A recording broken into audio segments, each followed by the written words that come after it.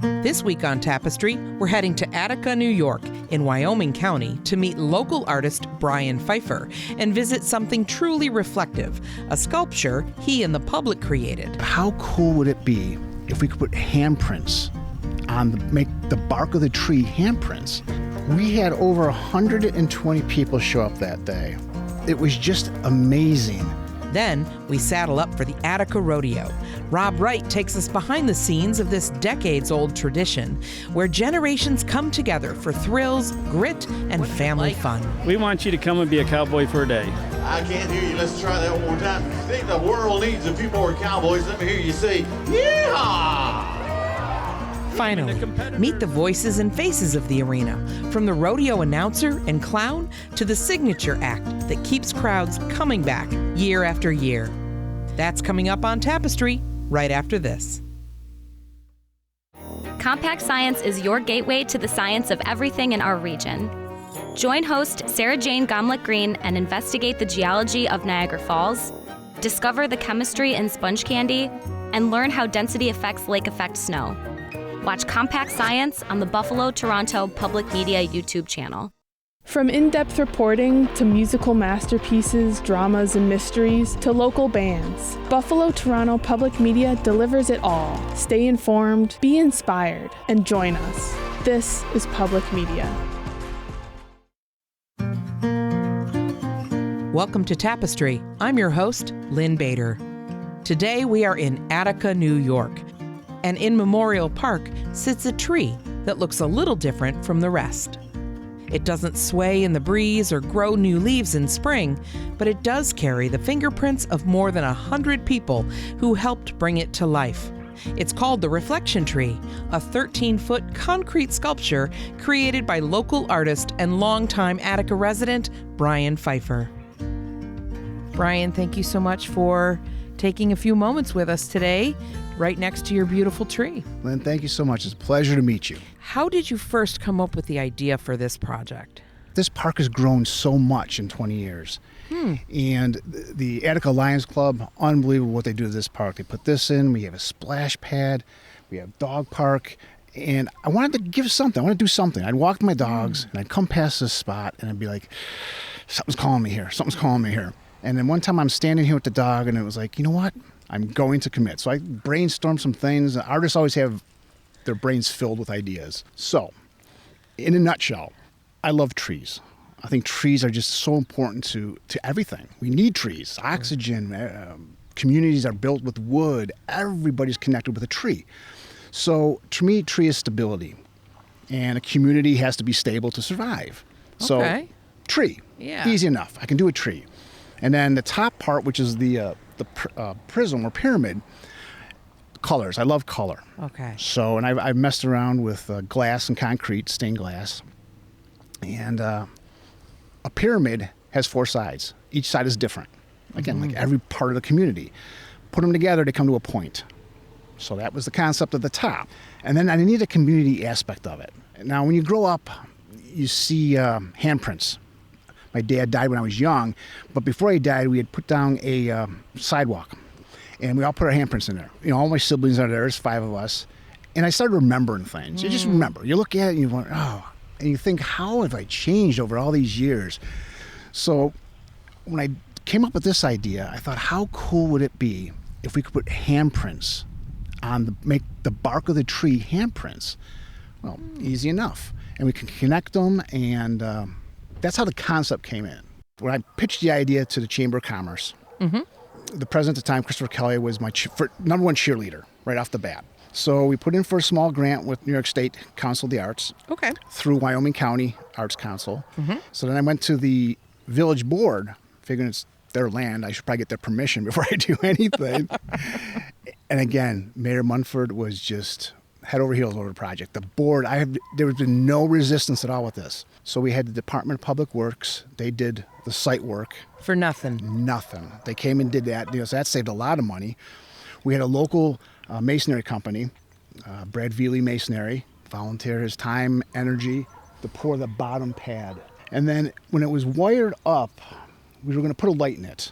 But there was no funding for that, obviously. So somebody suggested, go to the Lions Club. they've done so much for this park as it was. I went to the Lions Club. I got an estimate. I went to their meeting. There was no hesitation. Anybody got a problem? No problem. Done. Yes. So- All hands say aye. Oh aye. my gosh, that was the cherry on, on the Sunday for me. And it had so much to it at night. I put a little sign out, but people would come by, walk their dogs, they would stop. And I think that was cool because people would, hey, tree man, what are we doing today? Hey, tree man, what's going on today? They got to see the progression from nothing, from the hole being dug to all the way up to the top. So that's another component where if I can stay on site, that's just so rewarding. When you were thinking about what you wanted to call it, how did you come up with the name? Well, like I mentioned before, you saw those prints in the sidewalk and you remembered things. But to me, Remembrance Tree, I don't know, seems kind of sad to me. So I want it to be a reflection tree where people can look back and reflect on things. So when the community did put their handprints in it, they could come back and they're going to remember it, but I want them to reflect on it because they're going to come back decades from now to see this thing. And they want to reflect. I think reflecting is sometimes more important than remembering. That felt right, like the right word, because it fully encompasses what you're hoping people will feel when they come here. Now, how did you get the handprints on the piece of art? So the process is a little involved. When I do sculpting like this, it's called build-up sculpting. So I have to make a armature with rebar, a skeleton. And we brought that over here, and then we did the pour, and we do a scratch coat. So the bottom third of that's solid, and then the top of it's probably about 5 inches of concrete around it, so with a scratch coat.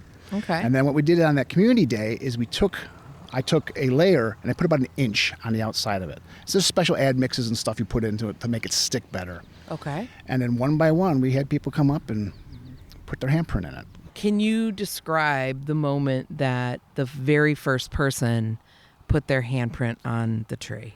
I sure can. Okay. I remember it like it was yesterday.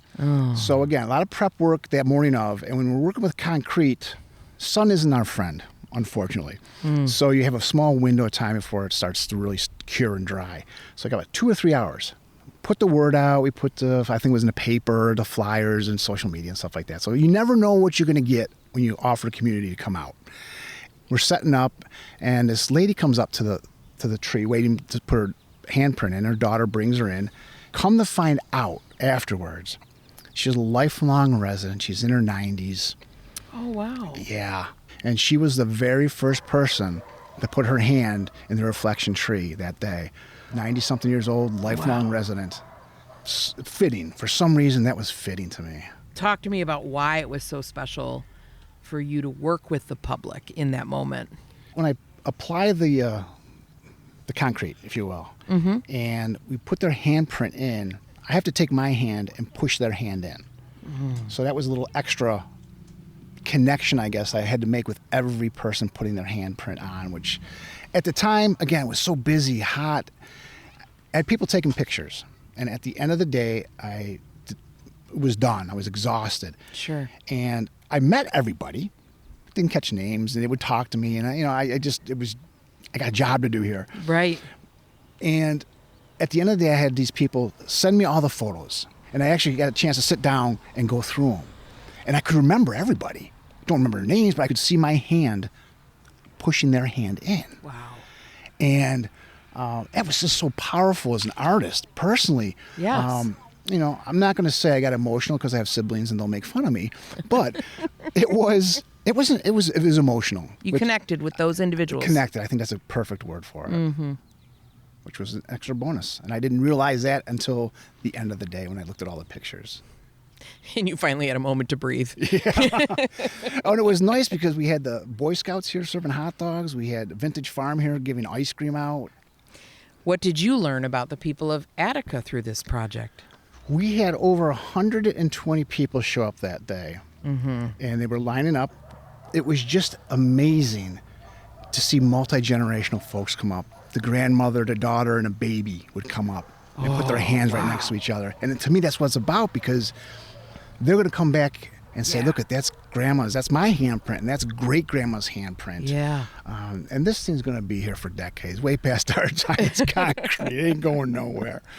What does it mean for you to have this piece of artwork permanently installed where you walk your dog? It's great. I come around the corner and I'll see somebody, kids playing by it. Somebody put a little stone there, last week. They put it there for a reason. It means something to them. I don't know what. Yeah. But all my public art, when I see people crawling on it, and that's the most rewarding part for me. Everybody has a connection, a personal connection to this thing now. And decades from now, people can come to it. And it's truly a piece of public art because the public helped make it. You do create artwork solo with no one around, and you created this piece where the whole community was involved. Talk to me about the difference. Sure. Everybody's an artist. Everybody's an artist. At some point, we self-edit that. We all go to kindergarten. We all do finger painting. We're all artists. It's in us. And we self-edit. Be it somewhere along the line, we lose that, well, maybe I'm not an artist. So to give the public the opportunity to be a part of art is just something that it's my mission now. I thank you for thinking of the concept, doing all of the work, reaching out to your community, and thankful to the community for receiving your idea, and glad that it's now here for generations to enjoy. Well, thank you, Lynn. So am I. The reflection tree now stands as a lasting symbol of unity in Attica. Next up, we head to the rodeo grounds to meet Rob Wright, chairman of the Attica Rodeo and Show Association, right after this snapshot of Attica history. When the railroad reached Attica in the 1850s, it didn't just bring trains, it brought transformation. The town's core began shifting from Market Street, the old commercial hub, toward the new depot. Exchange Street grew, becoming the new center of trade and travel. And here's where history gets fascinating. Some buildings didn't just close shop on Market Street. They were literally moved. Horses, logs, and a lot of muscle rolled structures block by block, relocating them closer to the railroad's promise of prosperity. Then came the Great Fire of 1877, devastating much of Market Street's business district. The blaze accelerated change, clearing the path for new growth. Out of the ashes rose brick hotels and storefronts. Soon, landmarks like Wyoming House, Hotel Liberty, and the Williams Opera House became symbols of Attica's resilience. The railroad didn't just pass through Attica, it redefined it. A village once centered on canals and wagons transformed into a vibrant railroad town where buildings moved, streets realigned, and ambition blazed. Welcome back to Tapestry. Today, we're stepping into the heart of a proud tradition, one that's been bucking, roping, and riding strong for more than 6 decades. The Attica Rodeo, now celebrating 67 years, brings the spirit of the American rodeo to Western New York every summer. Say hello if you don't mind. First of all, we met him earlier. Back again, here's Mr. Rob Wright. This is where we meet Rob Wright, a lifelong horseman, seasoned pickup man, and the current chairman of the Attica Rodeo and Show Association. Rob, thank you so much for hanging out with us a little bit today. You bet. Glad to be here. Yes, we are here on a bit of a rainy day. Just the morning, just to settle the dust. Right. It'll be clear and be a beautiful night for the show. Yep. I got to ask you, what's a pickup man? We're the stewards of the arena. Oh. We help the guys off the bucking horses. Okay. And we also keep the arena clear. If we have to rope a steer or a bull to get it out, that's what we do. And I've been picking up for close to 40 years now. Talk to me a little bit about your history and your childhood. Do you remember growing up with rodeo and maybe when you rode your first horse? Oh, I've always been on horses. I think I was on a horse before I was born. Dad used to train a lot of horses, raise horses, so I was on horseback all my life. I always said he should have been a vet. He knew more about horses than most vets do, I swear. But wow. He and several of the guys in the town, they call them the boys with the white T-shirts, started this whole deal. How do you balance tradition with making state-of-the-art improvements? It's a hard balance at times. I mean, the arena used to be, the first arena was like snow fence, and then it went to metal wire, and now it's safety panels, and it's safety for not only the guys in the arena, but those outside of the arena. Now we got some gorgeous bleachers. I can remember when it was, you'd borrow bleachers from the youth program or the high school and put them on flatbeds, And that was your audience. Yeah, it was your audience, that's all you had. Any particular and recent improvements that you're extra proud of? Yeah, this year we did a lot of tiling around the arena, improved our stairway system to our bleachers, brand new arena, and we have all our own steel on the property now for the entire setup. A couple years ago, we finally got to all LED lights, which really, really makes it nice. So when we have different specialty acts, we can do a black house and boom, right back to lights right away. Oh, wow. Where the old lights, you couldn't do that. You have the Attica Rodeo, but you do a lot with this space as well, in addition to the rodeo. Oh, yeah. It's active from the 1st of May to into October. Thursday nights are barrel racing nights. Mm-hmm. Friday nights are cattle penning and or sorting. And then once a month we have a horse show here. Mm-hmm. And then in the fall, we'll have a New York State high school rodeo here. Oh, wow. Yeah. So, we donate the grounds to them for that. And they come and compete? Yep. Okay. Yeah, that's a weekend deal for them. What does a typical day look like for you, especially as you're gearing up to a weekend of rodeo? We started with some of the major projects here the end of February, while snow was still on the ground, doing some tile work and prepping for this new arena setup. Yeah. But then once July 1st hits, it's like all hands on deck. And this week, it's a whirlwind of a day from sunup to sundown. That makes me think about the experience for the visitor, right? So if I've never been to a rodeo before, talk to me about the atmosphere, the mood. What's it like? We want you to come and be a cowboy for a day. Ah. It's a family entertainment. I can't hear you. Let's try that one more time. If you think the world needs a few more cowboys, let me hear you say, yeehaw! I mean, the competitors are here as a competitor to try to get to their finals. And they put up money to try to win money.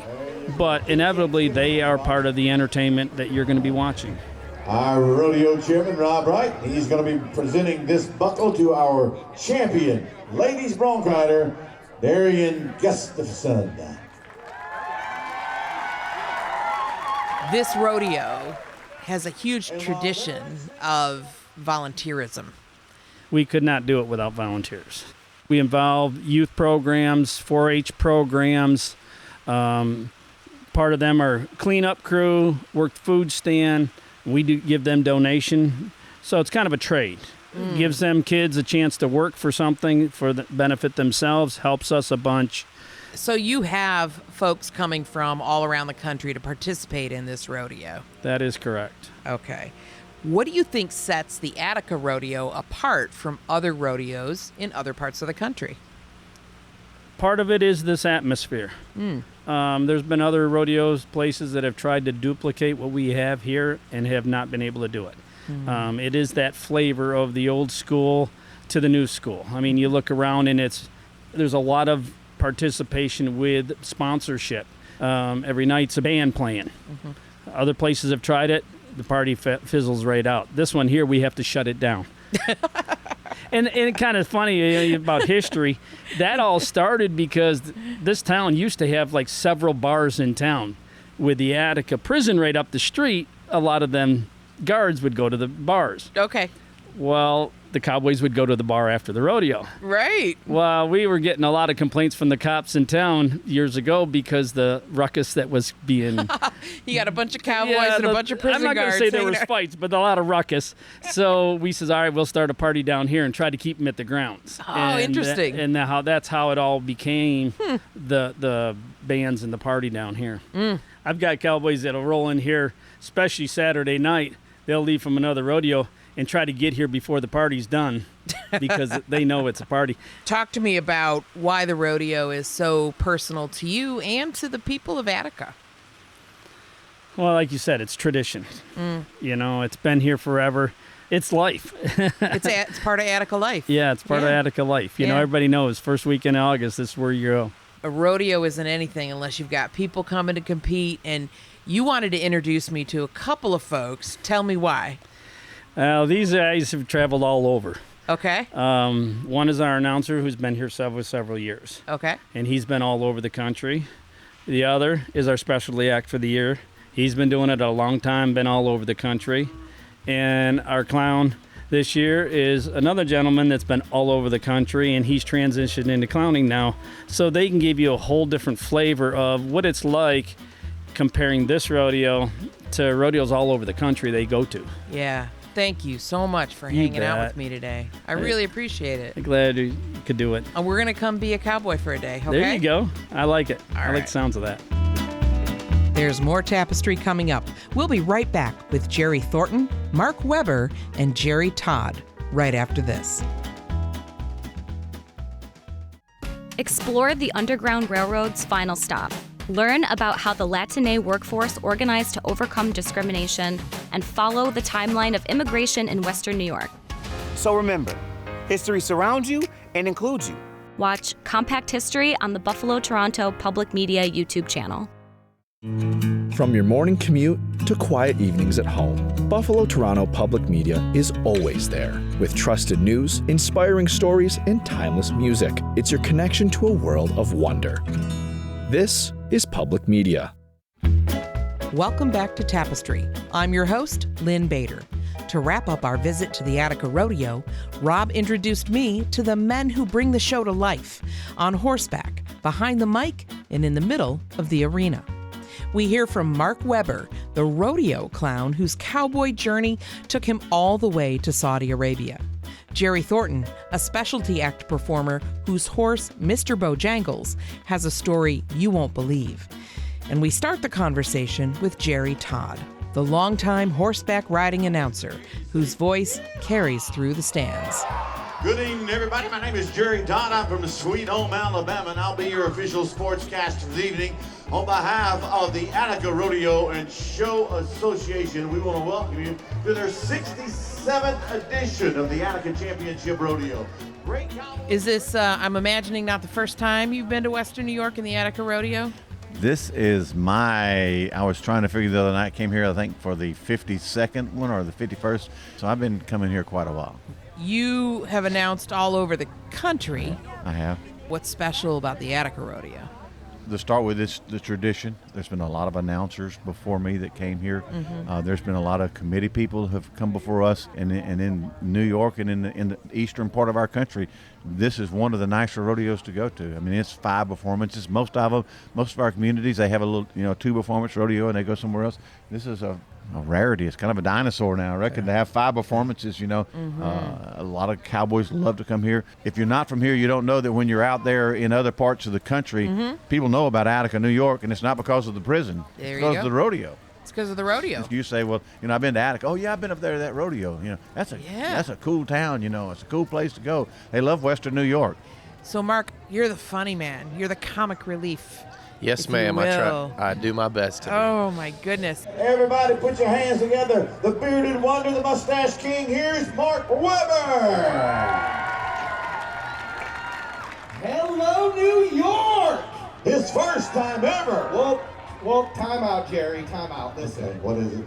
You have been telling me the people here are just so much fun. You guys get after it. I want to hear hooping, hollering, stomping, and clapping, all right? We're not here to watch golf. We're here to watch America's sport of rodeo, all right? Yeah. Oh, yeah. So, what got you into the rodeo, and why do you love what you do? Oh, man, I'll tell you what, I've been involved in rodeo all my life. I'm a first-generation cowboy, but my dad had horses as a child, and when I came around, we had horses to started riding, and got involved in junior rodeo and went through junior rodeo up through junior high, high school, college level. And you said a little earlier you went to college on a rodeo scholarship. Yes, ma'am. I did go to college on a rodeo scholarship. Wow. I competed, and Was fortunate to be a state champion multiple times, national qualifier. I read that you've been around the country. Yes, ma'am. Doing this work, but even Saudi Arabia? Yes, ma'am.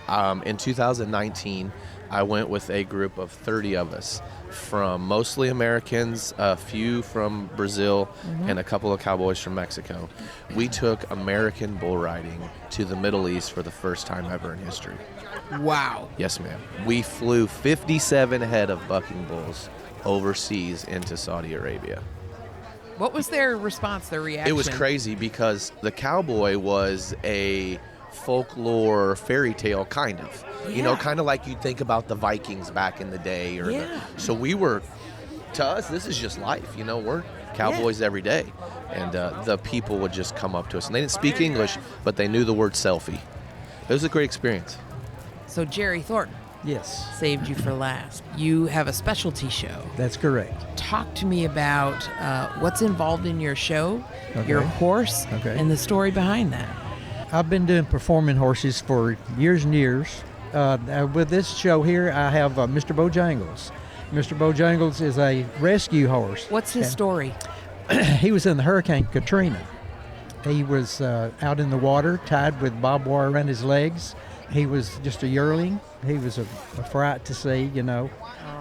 No hair on his back. The chickens and rats had lived on his back to survive themselves, and it was horrible. I said, what does it take to get this animal? And they said, anything you'll give us. So I reached in my shirt pocket, and I had 3 20s. So I gave the lady $60, and I've trained a lot of horses to do different things. But this horse was so attentive to me.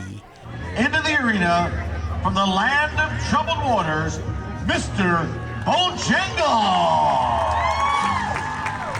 And Jerry Thornton, the man from Holiday, Tennessee. My wife says, I can't keep doing this. And I said, as long as he does, I'm going to.